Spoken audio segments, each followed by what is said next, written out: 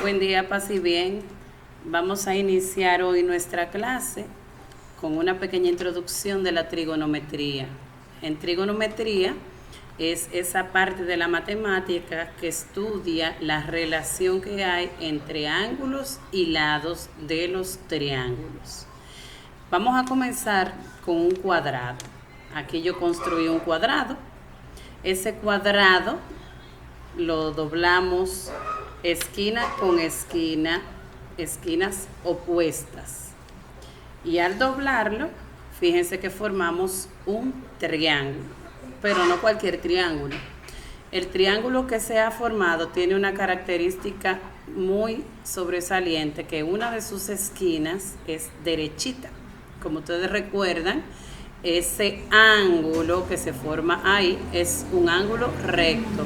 Por lo tanto, ese triángulo es un triángulo rectángulo. Ese ángulo mide 90 grados.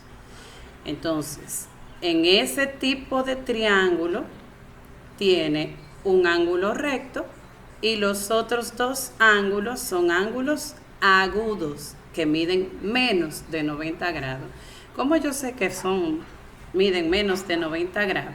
Bueno, recuerden que hay una propiedad de los triángulos que dice que en todo triángulo, al sumar la medida de sus tres ángulos interiores, la suma debe dar 180 grados.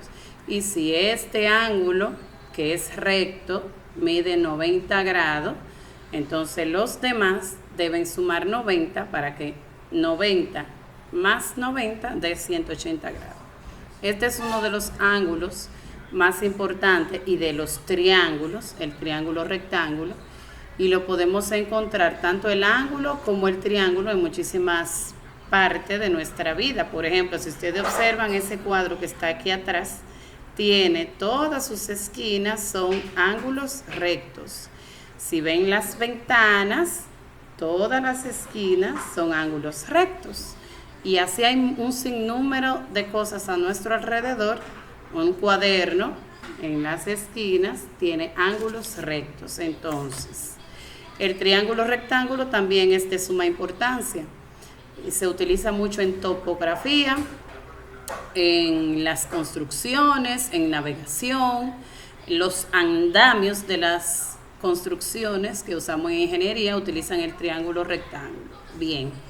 Entonces el triángulo rectángulo tiene dos lados que están formando el ángulo recto. A esos dos lados se les llama catetos. Y hay un tercer lado que es mayor que los otros dos.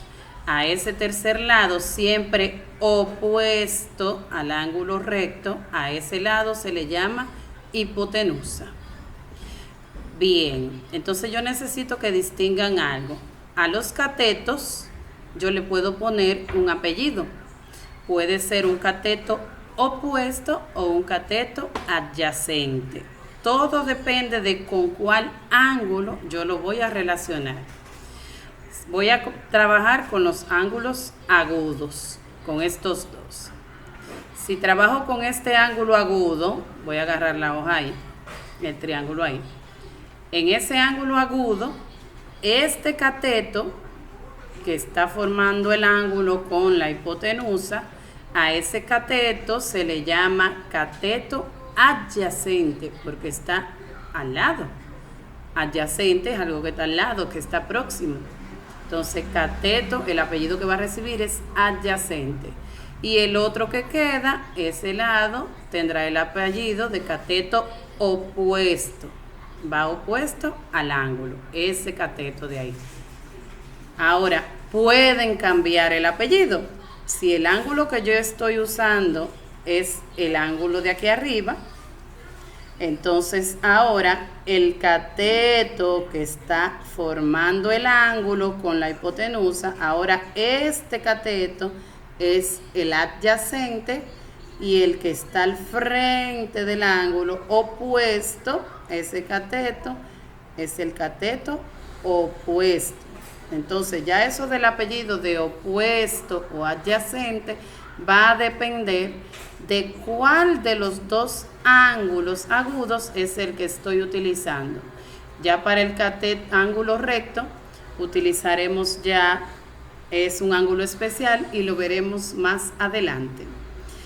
Yo voy a querer que me investiguen las 6 razones trigonométricas básicas.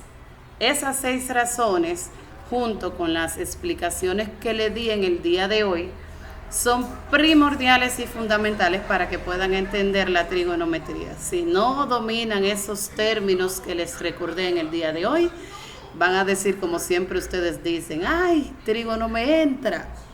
Pero van a ver que si se llevan de mí, esto va a ser facilísimo. Feliz resto del día.